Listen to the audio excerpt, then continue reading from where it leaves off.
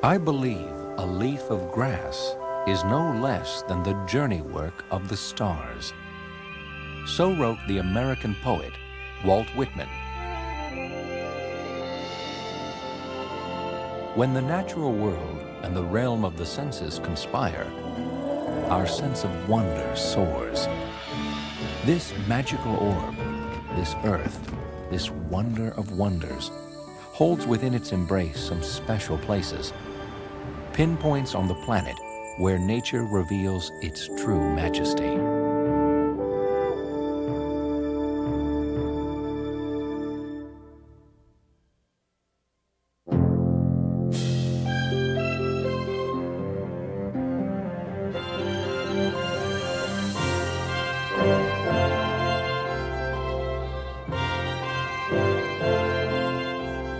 Nowhere on Earth is its history and the story of life better revealed than within the Grand Canyon. Ranging in depth from a few hundred feet to more than a mile, and in width from 1 to 20 miles, this abyss in the highlands of northwestern Arizona is like an artist's mold for an upside-down mountain.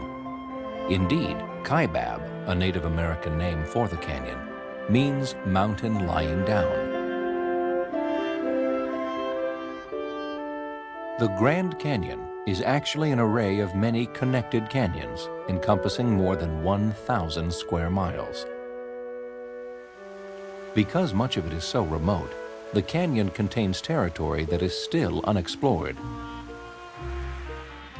A walk along a canyon trail can begin in winter snow at the rim, pass springtime flowers along the way, and end in the heat of desert summer at the bottom of the canyon. But a walk into the canyon is much more than a quick trip through the seasons. It can open one's mind to the timescale of a changing planet and to the story of life over hundreds of millions of years.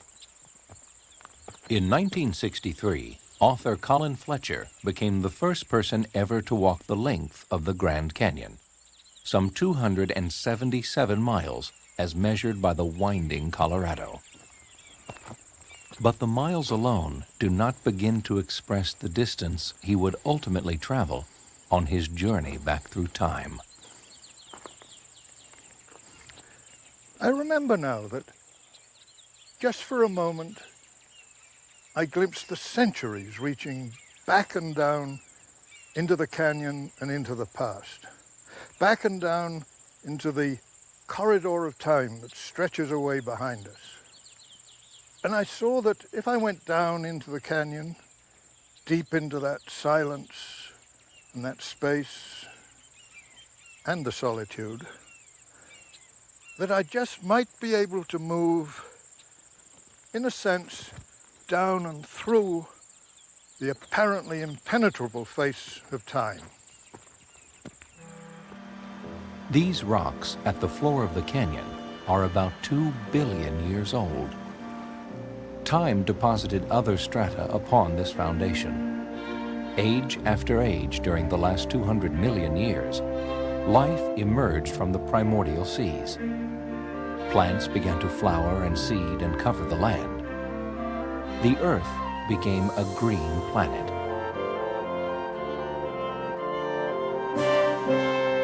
Slowly, the Colorado Plateau began to rise. Separate streams that flowed across the plateau joined forces and formed the mighty Colorado River. This great sculptor then cut and chiseled the canyon. The uplift and the river's rapid force, along with other erosive factors, eventually exposed a wonder of the world, the Grand Canyon, a chasm that enables us to see half the Earth's history.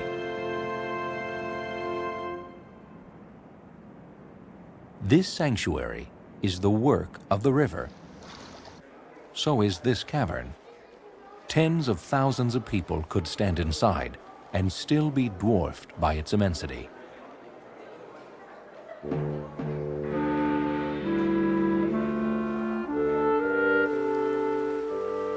The mighty Colorado River continues to carve its masterpiece.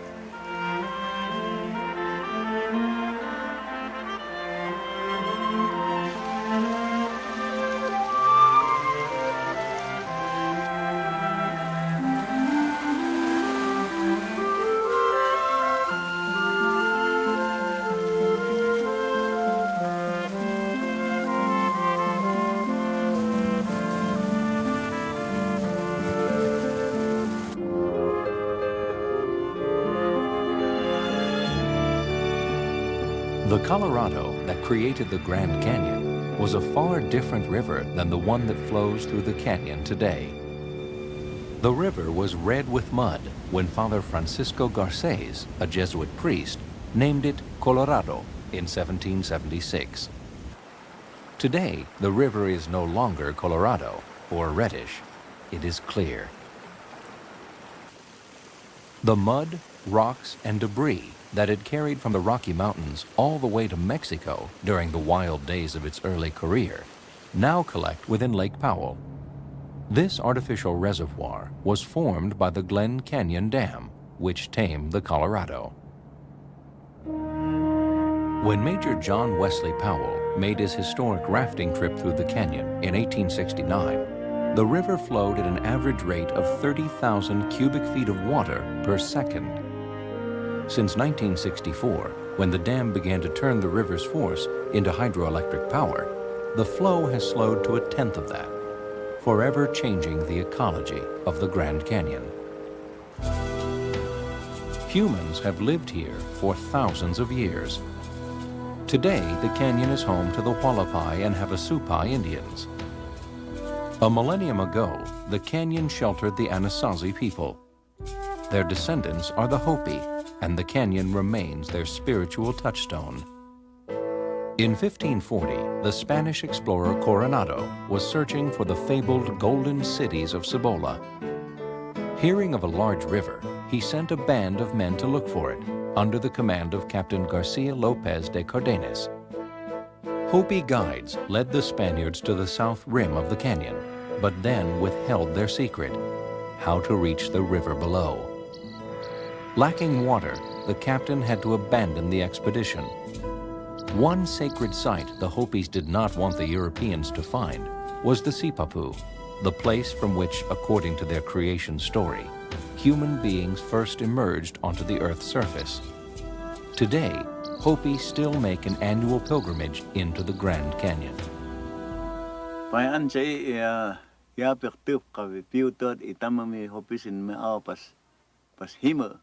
This Grand Canyon is very sacred to us because the Hopi people and our kind of people all come out from here. Because we have Sipapu here.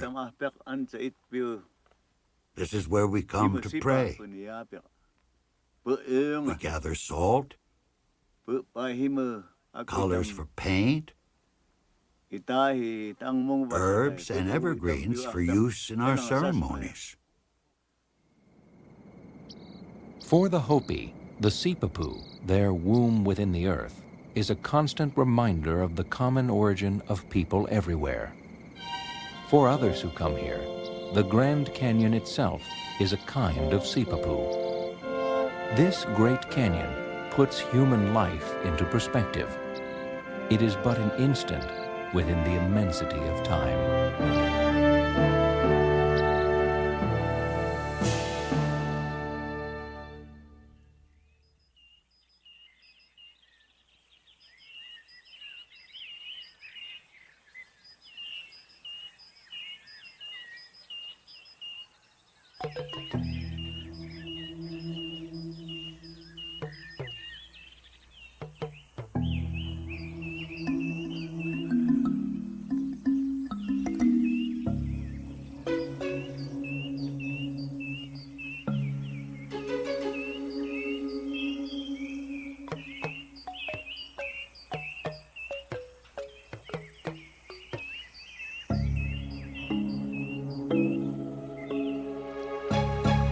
This is the land of dawn, the Serengeti.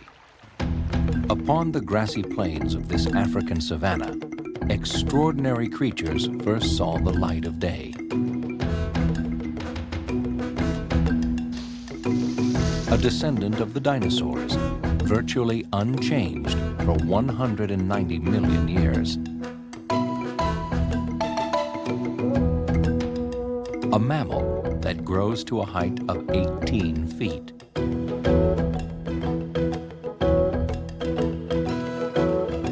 A gregarious water bird. And a recent arrival in the animal world, man, a two-legged, tool-using member of the primate family. It was on this savanna that human life evolved. Man has probably been here ever since the ancestors of humankind left the forests of Central Africa. What drew them is what draws people still, millions of years later, an abundance of animal life.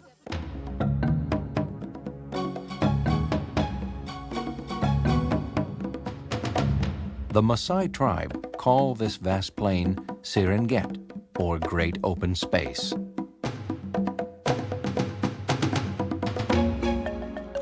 One reason many creatures survived here over the ages is that these tropics did not endure the extreme climate changes of the Ice Age. It was East Africa's reliable water supply and abundant vegetation that supported the wildlife.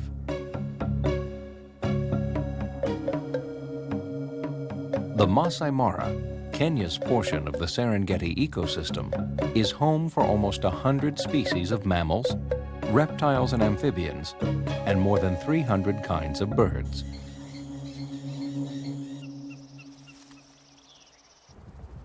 Many people come to East Africa to see the Big Five: African elephants, black rhinoceroses,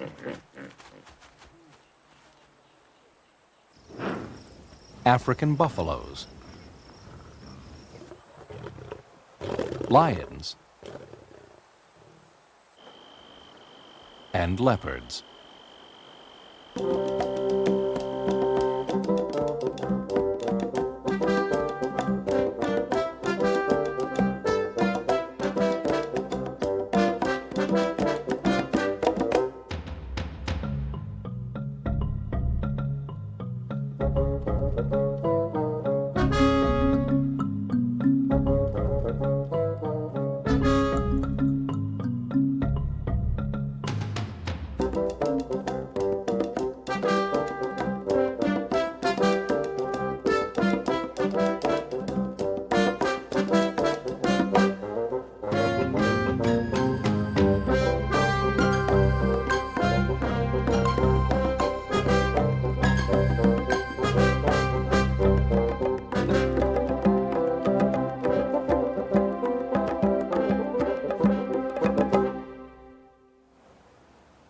It was not like a herd of cattle or of sheep, because it was wild. Wrote aviatrix Beryl Markham in her autobiography, West with the Night. And it carried with it the stamp of wilderness and the freedom of a land still more a possession of nature than of men. To see 10,000 animals untamed and not branded with the symbols of human commerce is like scaling an unconquered mountain for the first time, or like finding a forest without roads or footpaths or the blemish of an axe. Each summer, thousands of zebras and more than 1 million wildebeest migrate north into the Masai Mara. This annual spectacle is one of the greatest shows on Earth. Because of their numbers, the wildebeest often take center stage. With its bull-like head and horse-like flanks, the wildebeest, or white-bearded gnu, is a strange-looking attraction. Once described as something made out of spare parts by a committee, the wildebeest travels about 1,000 miles each year in search of water and green grass.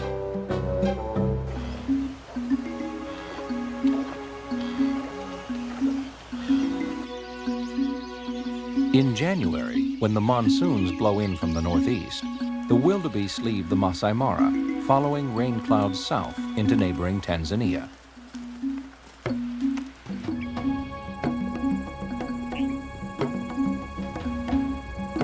With them come fellow travelers.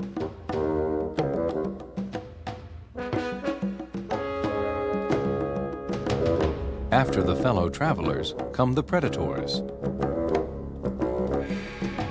And after the predators, scavengers.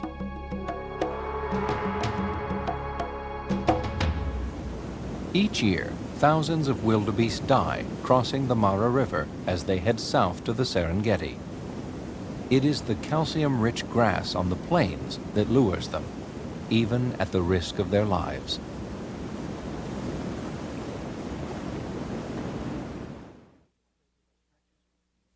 The Serengeti Plain stretches between Lake Victoria and the Crater Lake Highlands. Exactly where the animals go depends on changing conditions of weather, terrain, and food supply. Hyenas and flamingos, predator and prey alike, need water.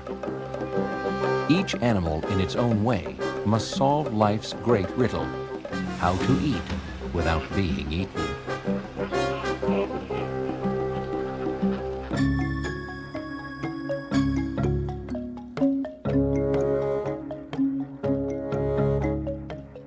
Leopards are known to kill for the sake of killing and are able to adapt to many kinds of habitat.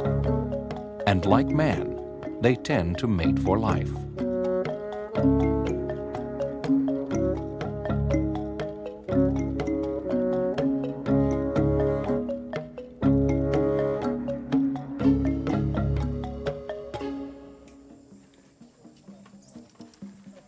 Omnivorous man is at the top of the food chain. The Maasai were once nomadic, following wild herds across the Serengeti. According to Maasai traditions, Enkai, the creator, gave grass, animals, and milk to his people. Although the Maasai consider it their right to hunt all the wildlife in their region, they are natural conservationists and usually hunt only buffalo and elands.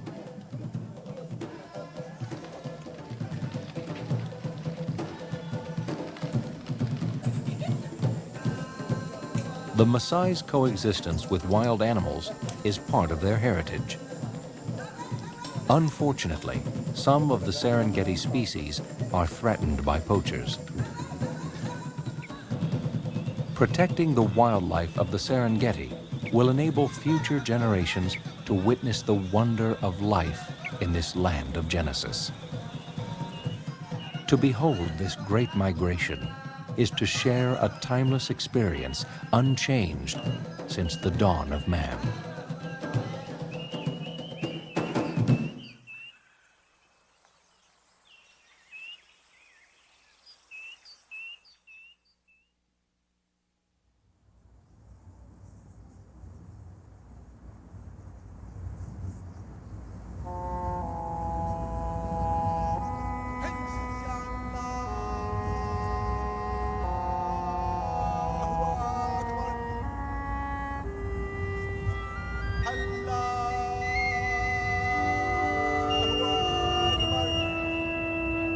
North of the Serengeti stretches a forbidding terrain where the power of the sun makes survival a daily challenge.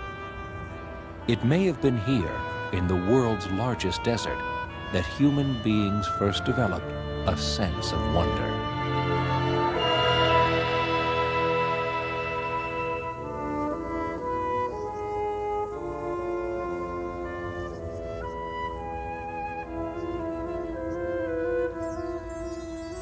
This is the Garden of Allah. In Islam, it is said that the Lord removed most animal and human life from this place so that he could walk in peace. How large is this sanctuary called the Sahara? The desert mocks the notion of borders. Indeed, borders of many countries in the Sahara are literally lines in the sand. How big it is depends not only on how the Sahara is defined, but also on when it is measured. Over time, the desert shrinks and expands. Various factors determine the size of a desert: global wind currents, the number of grazing animals, and especially the amount of rainfall.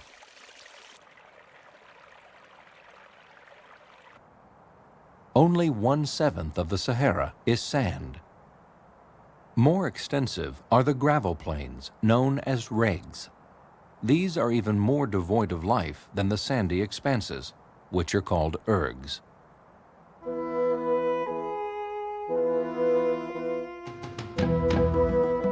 Rock carvings made by prehistoric hunters reveal that this region was once a grassy plain, with wildlife like that of the Serengeti. These images prove that vegetation was once abundant here.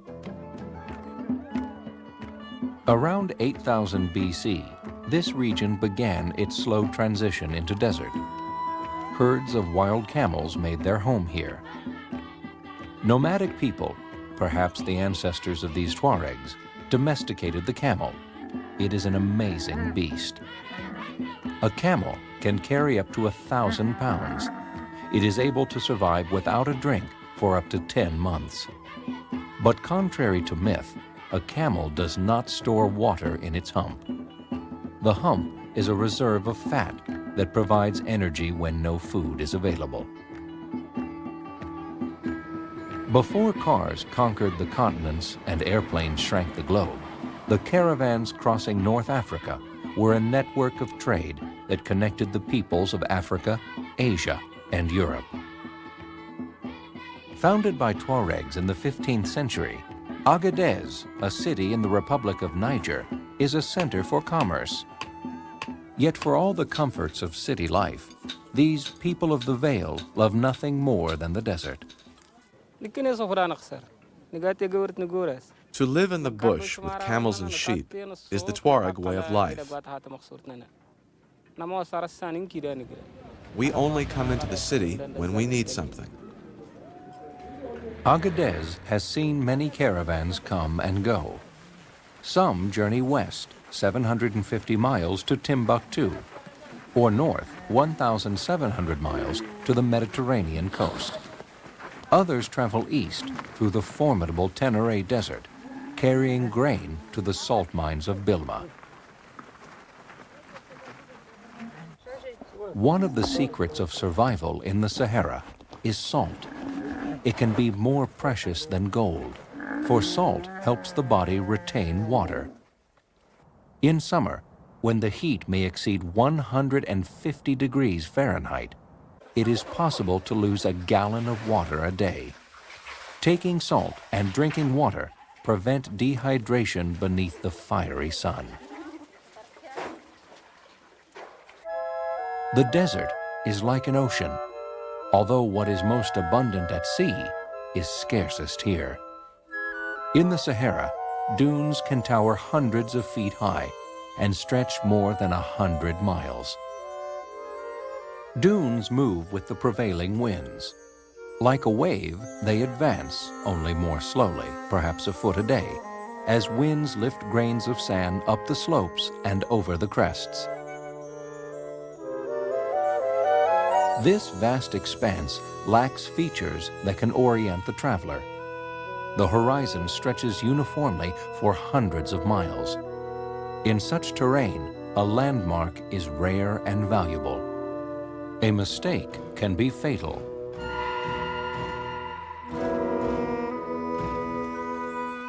Misread the stars or fail to find a landmark, and the traveler may miss the oasis, that tiniest of islands in the waterless sea.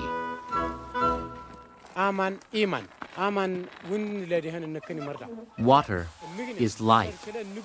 Nothing can live without water.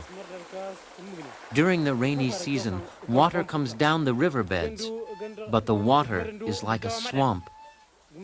By digging a deep well, that will give us good water, and by drinking the water from the well, we will not get sick.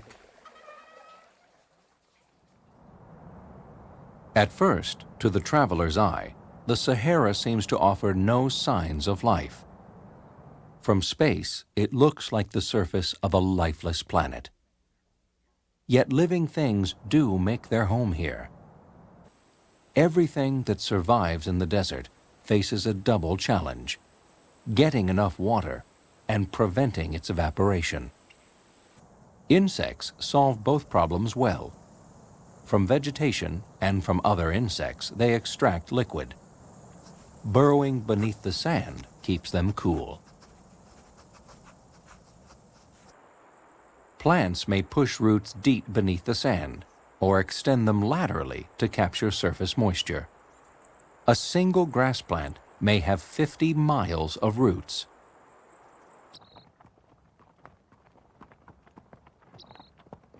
For human inhabitants of the desert, survival often depends on factors beyond their control. The distance to the nearest well, the strength of a camel, a chance meeting with a stranger, all can mean the difference between life and death. Not surprisingly, a common expression is Inshallah, God willing. It was in this desert that the human mind first embraced the idea of monotheism. Monotheism emerged in Egypt in the 14th century BC, when the pharaoh Akhenaten renounced the old gods. He proclaimed that the sun was the one and only divinity. About a century later, Moses received a revelation from a God who could not be seen. God's prophecy gave Moses the courage to lead his people out of slavery into freedom. In the Sinai desert, the Hebrews made their covenant with the Supreme Being, forsaking all other gods. 2,000 years later, in the Arabian desert, Muhammad, the founder of Islam, also had a revelation. He proclaimed that there was only one God, Allah. This faith spread rapidly across the Sahara, where distances hindered only those who lacked the will, the skill, and the faith to cross it.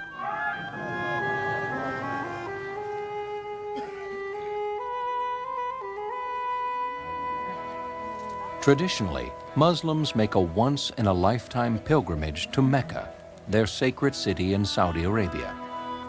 Over the centuries, millions have crossed the Sahara en route to this holy site. If God wills it, inshallah, the travelers will reach their destination before they meet their destiny.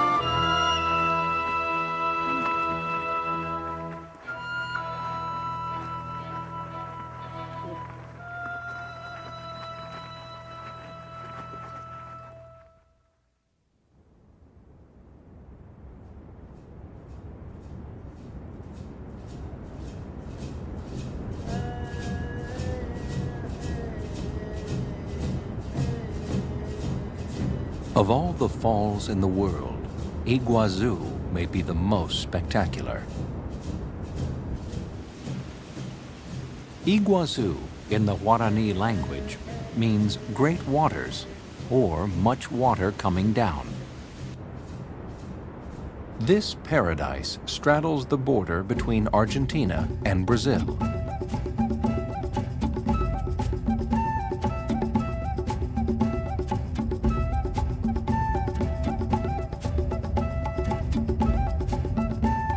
The people of this land, the Guarani, also call these falls the place where the clouds are born. A rich ecosystem surrounds Iguazu Falls. From the rain that gives the rainforest its name, from rising spray, water nourishes an abundance of living things. Trees of many species, flowering vines, orchids, iridescent butterflies, toucans, macaws, and parrots of exotic varieties and color.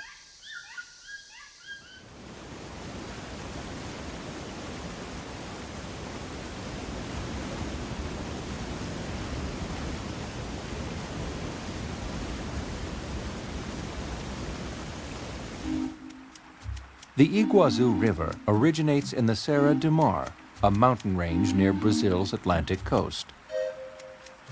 For almost 820 miles, the river flows through southern Brazil, bordering Argentina during the final 75 miles of its journey. Wending its way over the stream-crossed Paraná Plateau, the Iguazu grows in volume. The soil and rock it carries from the forest floor give the river its distinctive color. Its descent is the most dramatic in South America. Most of the Iguazu plunges into a deep, narrow canyon known as Devil's Throat.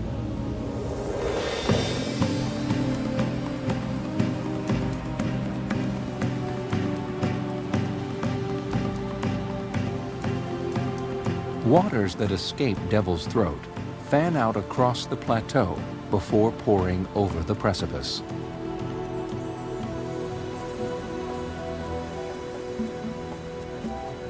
Each fall has a mesmerizing power as water crashes into an abyss of rock and mist. On a sunny day, myriad rainbows appear and vanish within the clouds. Refracted light creates this continuous dance of color.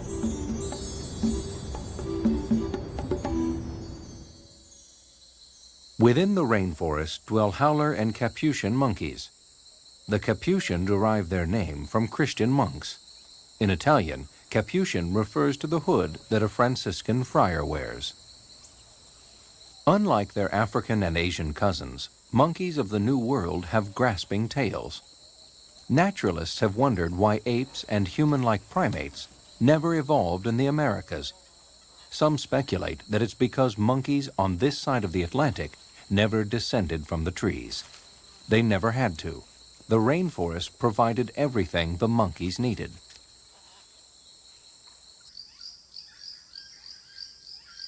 Above the treetops flock the toucans. A sociable bird, they roost communally. Both male and female have beautiful plumage.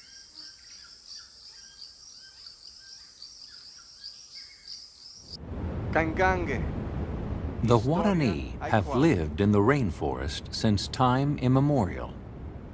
Their legend about the waterfall's origin is as fanciful as the falls themselves.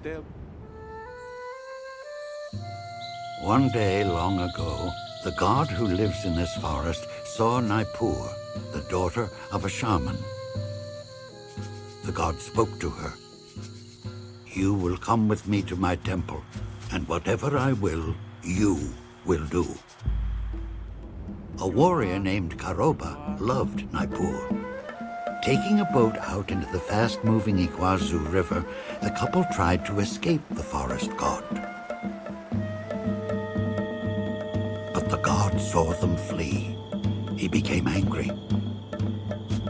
In their path, he created a precipice of cataracts.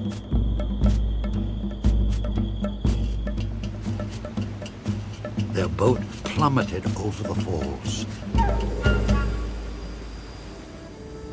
Naipur was transformed into a rock at the bottom of the abyss, to be hidden forever by a cloud of mist.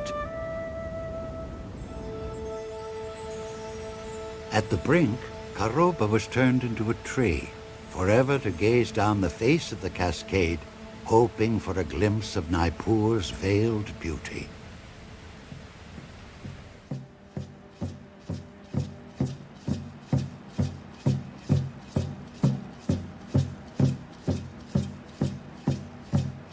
For countless generations, the Guarani have buried their dead near Iguazu Falls.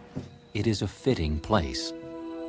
The Guarani believe that each person throughout life harbors the soul of a butterfly.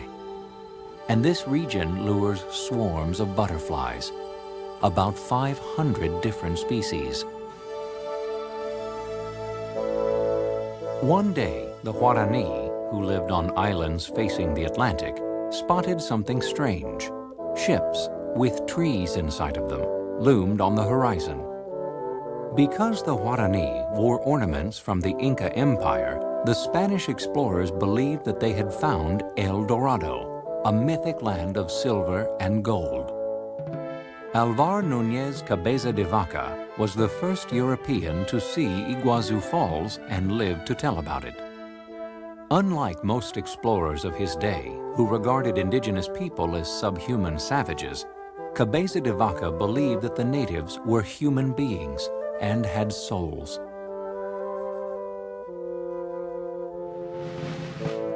As he led 276 men across the rainforest, Cabeza de Vaca punished anyone who would harm a native. In January 1541, the Spaniards reached the Iguazu watershed. We were walking through the country of the Guarani Indians, all of whom received us with much pleasure. They brought us corn, chickens, honey, and other sustenance. Guarani guides told the explorer that a hostile band of natives might attack him near the Great Waters. The explorer divided his men. Most of them walked along the bank with the horses. 80 men went with Cabeza de Vaca in canoes. They pushed off near the base of the cascade. That water falls with such force that its foam leaps back up more than 2 lances high. So it was necessary to take the canoes out of the water and carry them on land past the waterfall. Below the falls, the Spaniards encountered Guarani, who wore paint and feathers. They carried bows and arrows. They were dressed for war. But the sight of mounted men terrified the warriors. To them, the Spaniards were strange beasts with the lower body of a horse and the upper body of a man. But Cabeza de Vaca placated them, speaking through interpreters and offering gifts. Finally reassured that the Spaniards were human after all, the natives helped them cross the raging river. Though Cabeza de Vaca would continue his search for El Dorado for the next 19 years, nowhere would he discover a more spectacular treasure than Iguazu Falls.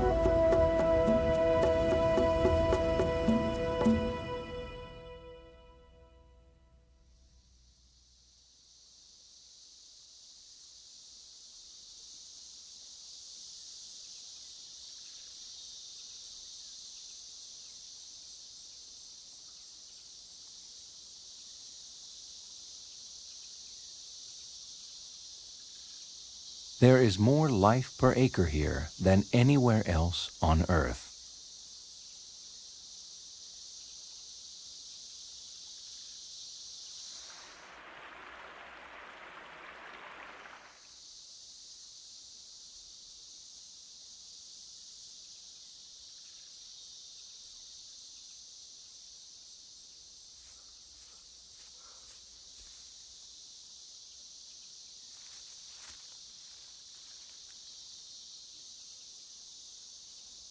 Here, where hundreds of kinds of trees reach for the sun, the entire Amazonian forest is, in a way, one vast intertwined tree of life.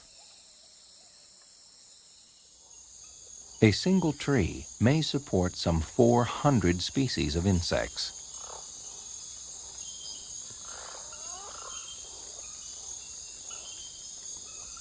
On vine-laced branches high in the jungle canopy, move monkeys, bats, snakes, and birds. Of the life forms that are known in the world, about half are found in the Amazon basin. Covering 2.5 million square miles in 9 different countries, the largest rainforest in the world shelters many of the Earth's undiscovered species as well.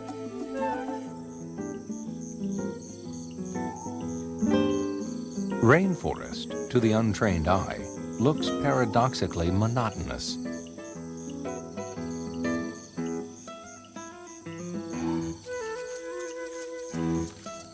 Only scientists and the human inhabitants of this jungle know where to find many of the 4,300 bird species, 125 kinds of mammals, 100 species of reptiles, and 30 million insect species that live within, above, and below this tangle of vegetation. Most animals live 30 feet or more above the ground, amid branches so thick that these creatures of the canopy are often out of sight of their own kind. This three-toed sloth thrives on the leaves of the cecropia tree. It hangs almost immobile for weeks on end, earning its name. On the ground, the sloth can neither walk nor stand, but it can swim.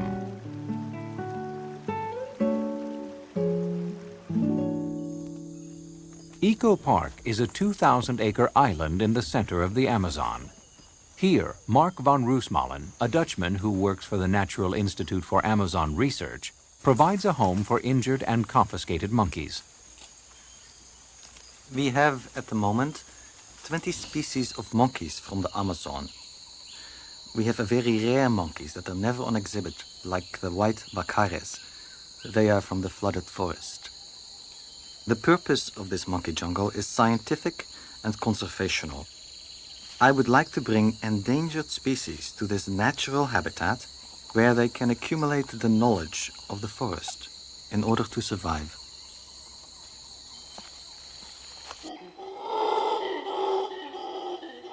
Howler monkeys keep their troops together by vocalizing. A kind of loudspeaker built into the larynx enables their cries and hoots to be heard for 3 miles, an intimidating sound for would-be predators and members of rival howler bands. During the sultry heat of midday, even howlers fall silent as they rest within the verdant canopy.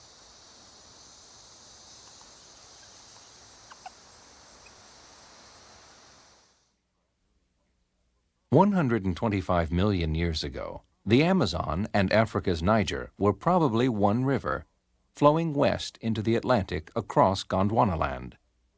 Then that gigantic landmass, which contained the present-day continents of Africa, Eurasia, Australia, Antarctica, and the Americas, began to break up. As it drifted to the west, South America crashed into a tectonic plate that underlies the South Pacific. This collision with the Nazca Plate forced the Andes to rise. Now blocked by an impenetrable barrier, unable to flow the mere 100 miles west to the Pacific Ocean, the river spread out to the east, forming an inland sea.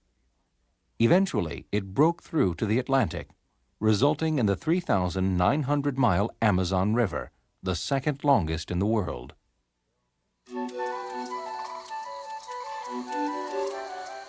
There are more kinds of birds in the Amazon basin than anywhere else on the globe.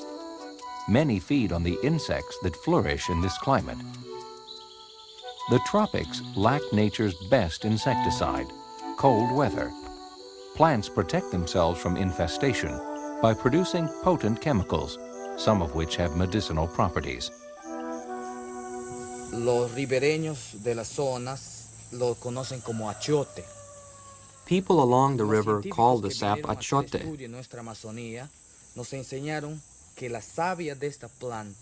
Scientists tell us this can be used to cure conjunctivitis.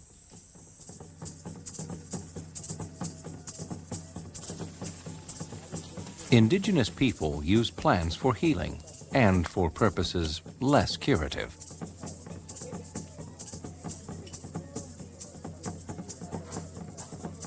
Natives of the Amazon put curare on the tips of arrows for poison. Curare slows the heart. A lethal dose stops it entirely. In modern hospitals, surgeons use a curare derivative as a muscle relaxant for heart operations. In an effort to create synthetic counterparts, scientists collect plants that indigenous people use. Each property of these plants is carefully analyzed in the hope of discovering the secret to synthesizing their curative chemicals.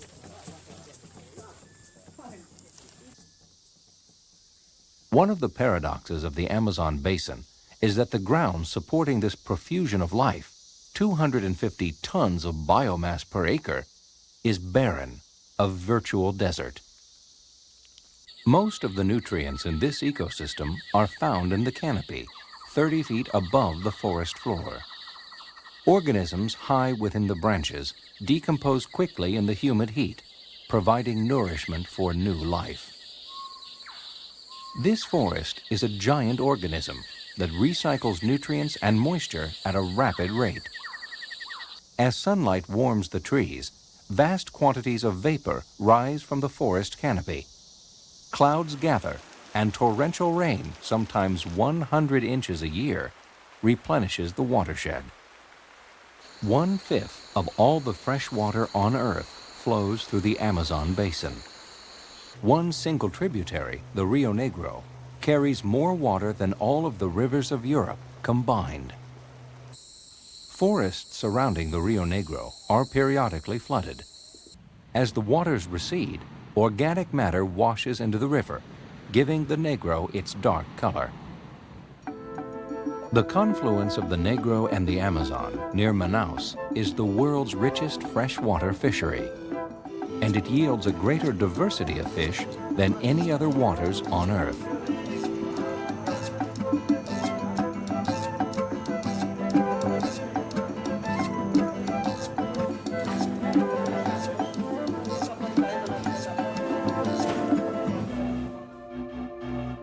The giant pirarucu can grow 9 feet and may weigh 200 pounds. Though a fish, it behaves in some ways like a mammal. It cares for its young. Fingerlings follow their mother for up to 4 months. Having a lung as well as gills, the pirarucu rises to the surface to breathe, an easy target for the harpoon of a fisherman. Many a fisherman has lost a toe or a finger landing the omnivorous piranha. But the piranha's primary food is other fish. Often a piranha may take a bite of another piranha. This is one way that these schools keep their food supply abundant. One of the reasons for the astonishing diversity of life forms in the Amazon is that until recently, there was no one dominant species. There was enough food for all, and of so many different kinds that a multitude of creatures were able to establish a unique niche. Only in recent decades have human efforts altered this environment on a major scale. Road building, mining, damming, and jungle burning have been destroying the rainforest at the rate of 13,000 square miles a year, an area about the size of Switzerland. If this pace continues, the Amazonian ecosystem will be a memory within 100 years. Those who appreciate nature's wisdom ponder whether human wisdom will grow in time to save this primeval wonder, a tree of life that shelters half the genetic heritage of life on Earth.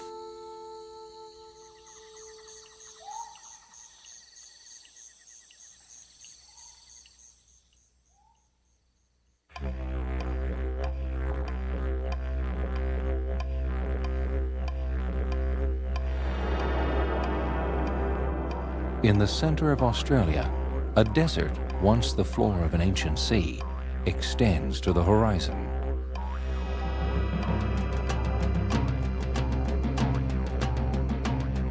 Then suddenly, an island of rock appears.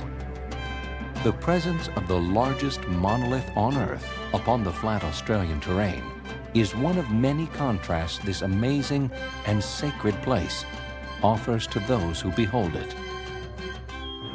More than 1,000 feet high and covering a square mile, this hunk of sandstone is the eroding top of a mountain. It may extend 4 miles beneath the land surface. Around the rock, debris that over the ages has washed down its sides buries the mountain ever deeper. One expects strata of sandstone to be horizontal, but 300 million years ago, a violent upheaval thrust the former ocean floor on its side. Since then, erosion has worn grooves between the vertical layers. At first glance, Ayers Rock seems devoid of life. But in a sense, it is a massive oasis. Around it, abundant plant life grows, nurtured by water that pours off its walls during desert storms. The stains that run vertically down its surface, like vertical bathtub rings, remain long after the waterfalls have run dry. At the base of the rock lies Mortajulu, or Maggie Springs. Aborigines have long hunted here.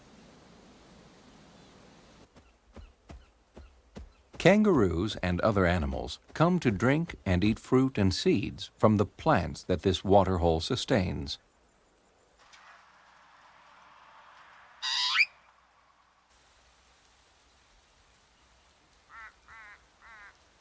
This island mountain has two names, Ayers Rock and Uluru. These names suggest two different visions of the world. A 19th century explorer, W.C. Goss, gave the rock its colonial name to honor Sir Henry Ayers, the Premier of South Australia at the time.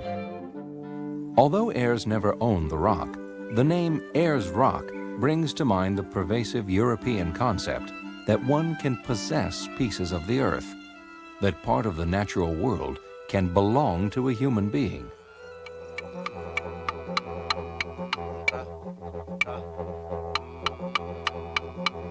Aboriginal people call Ayers Rock Uluru. Like indigenous people everywhere, they have a personal relationship with the land. Unlike many Australians who refer to the Ayers Rock region as the dead heart of their country, Aborigines see Uluru and its environment as a living presence. They regard their culture as a thread in a tapestry in which plants, animals, the land, and human beings are interwoven. The desert harbors many forms of life, including the witchetty bush, the kangaroo, and the thorny devil lizard. Aborigines use the roots of the witchetty bush to make spear shafts.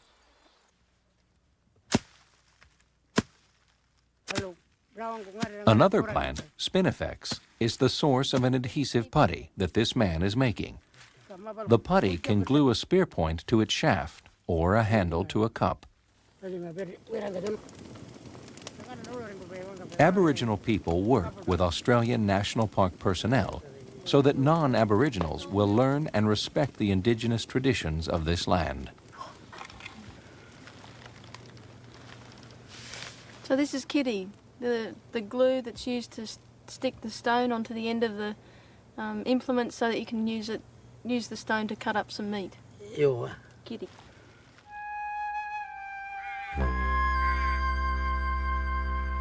To see Uluru at different times of day is to appreciate the subtle palette of sunlight and shade.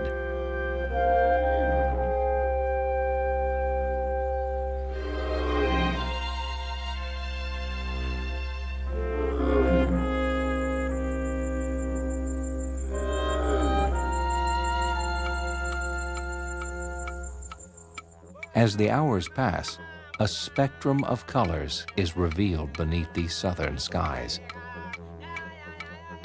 Like other landmarks in their world, Uluru reminds Aborigines of the dream time, an oral tradition that is the basis of their culture and heritage. For tens of thousands of years, Aborigines from surrounding areas have come to Uluru. Here they perform ceremonies that bring to life the birth of their world, when ancestral beings created the features of the landscape.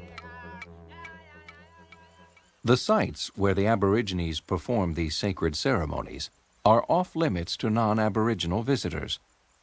But some places where indigenous ceremonies once took place are open for viewing. Pulverized rock mixed with water and other natural materials creates these colors. For the Aborigine, these cave drawings are alive with meaning and charged with power. Like the prehistoric cave art in Lascaux, France, this language of images may have originated tens of thousands of years ago. Yet Aboriginal culture, unlike that of the ancient European artists, lives on. Theirs is the world's oldest continuing way of life.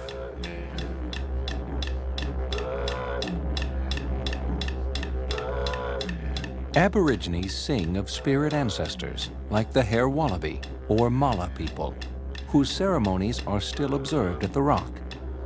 Like the Carpet Snake clan, from whom the Pitjantjatjara tribespeople trace their descent, they sing of journeys and rituals, wars and surprise attacks that have left their marks and traces on the land. To know these songs is to know the spiritual geography of the outback.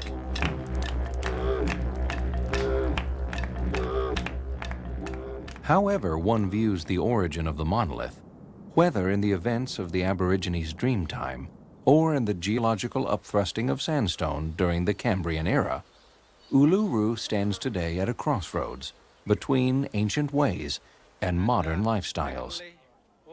The title to this region was returned to Aboriginal hands in 1985. The Australian government was then given a 99-year lease.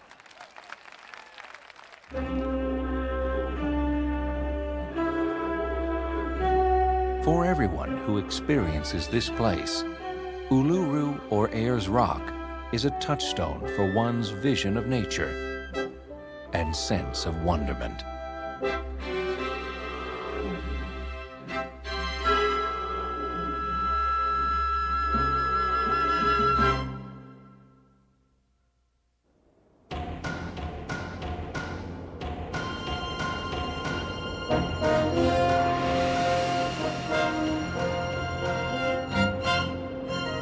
Their towering majesty makes these mountains seem the epitome of permanence. The Himalayas are a sanctuary where people can almost reach the gods, and where the gods commune with the stars. This range, which contains the tallest peaks on Earth, changes in many ways. Erosion continually wears them down. Every year, the river systems that originate in the Himalayas carry massive amounts of mountain rock, forest debris, and soil into the Indian Ocean. The Himalayas also rise. An ongoing collision between two great continental masses created these mountains, and the collision continues today. As the northward moving Indo-Australian plate smashes the Eurasian plate like a giant fist, the Himalayas rise about half an inch each year.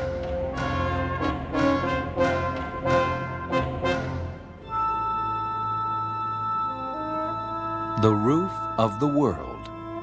That's what the ancient Persians called the Himalayas. These ranges include all of the summits on Earth that are more than 5 miles high. Mount Everest, which is 5 1/2 miles above sea level, actually touches the jet stream, which frequently blows snow off its peak.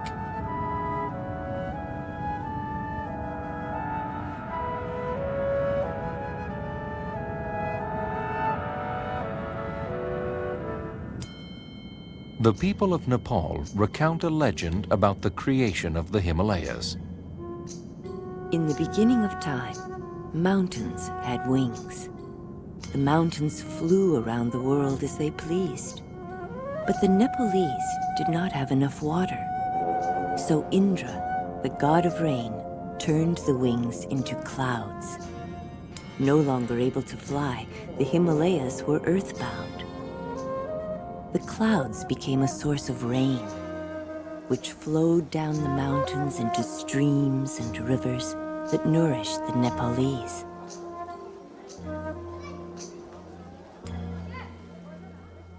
Many who live in the Himalayas believe that these mountains are the abode of sacred beings. They are a place where immortals and mortals alike may meditate and seek wise counsel. For some, the mountains themselves are divinities. The Tibetan name for Mount Everest, Chomolungma, means Goddess Mother of the World. The Nepalese call her Sagarmatha, meaning whose head touches the sky. In the Himalayan region, several of the world's great religions flourish, including Hinduism and Buddhism.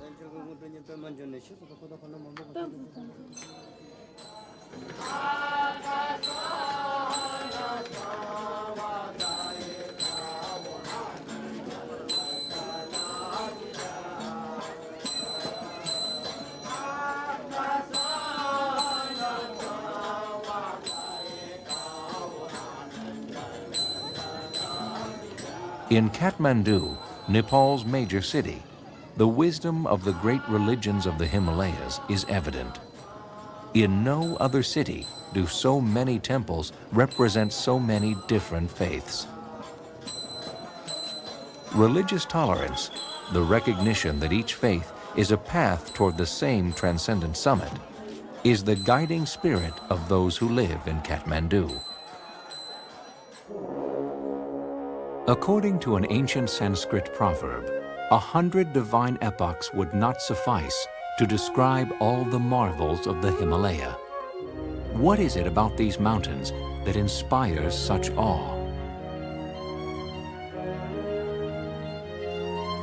Their transcendent heights?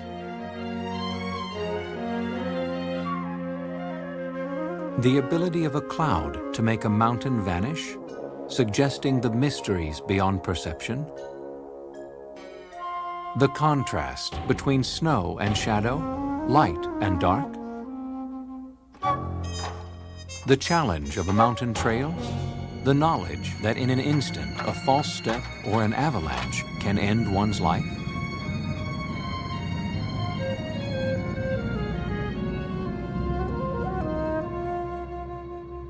Ultimately, perhaps, it is the awesome scale of the Himalayas that puts life into perspective. According to an Indian saying, just as the dew is dried by the morning sun, so man's cares disappear at the sight of the Himalaya. Ironically, the Himalayas, which inspire a sense that humanity is one with nature, have also become a symbol for man's conquest of nature. The world's highest mountain was measured by British surveyors in 1852. They named it for a surveyor general, Sir George Everest. From then on, ascending its 29,000-foot summit became the dream of mountaineers everywhere. One must conquer, achieve, get to the top. One must know the end to be convinced that one can win the end, to know there's no dream that mustn't be dared. Wrote George Mallory, who, when asked why he attempted to climb Everest, responded, "Because it is there." It was the Sherpas, an indigenous people of Tibet, who made it possible for Westerners to climb Mount Everest.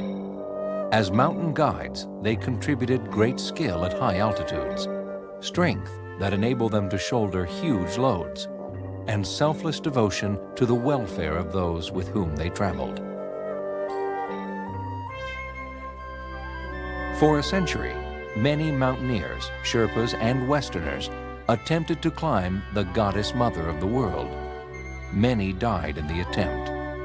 Finally, on May 29, 1953, a New Zealander, Edmund Hillary, and a Sherpa, Norgay Tenzing, set out for the summit from their camp at 28,000 feet. It was first class going, wrote Hillary in his diary. And as I was feeling very well, we made steady progress. Tenzing had me on a tight rope all the time, and we moved throughout one at a time. At last, after a slow climb up firm frozen snow, they reached the top. Tenzing and I shook hands, and then Tenzing threw his arms around my shoulders. It was a great moment. After Hillary and Tenzing, thousands of trekkers and mountaineers ascended the slopes of Mount Everest and other Himalayan peaks. In need of fuel, these expeditions soon stripped the mountain forests, exposing the soil to severe erosion. Realizing that his conquest of Everest had accelerated the degradation of the Himalayan ecosystem, Hillary took measures to protect the mountain environment. Working with Sherpas and the government of Nepal, with the assistance of the government of New Zealand, Hillary established a 450 square mile park in 1976. 3 of the world's highest mountains stand within the boundaries of Sagarmatha National Park.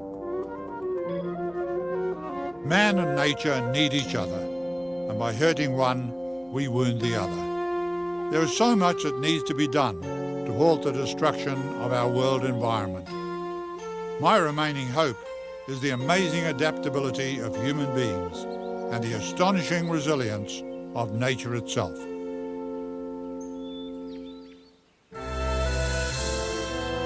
Some splendid, some austere. Magnificent treasures all. These miracles of creation come to us as gifts, not to possess nor to exploit, but to hold in trust for countless generations to follow. May these wonders of nature inspire such awe, such wisdom as we require.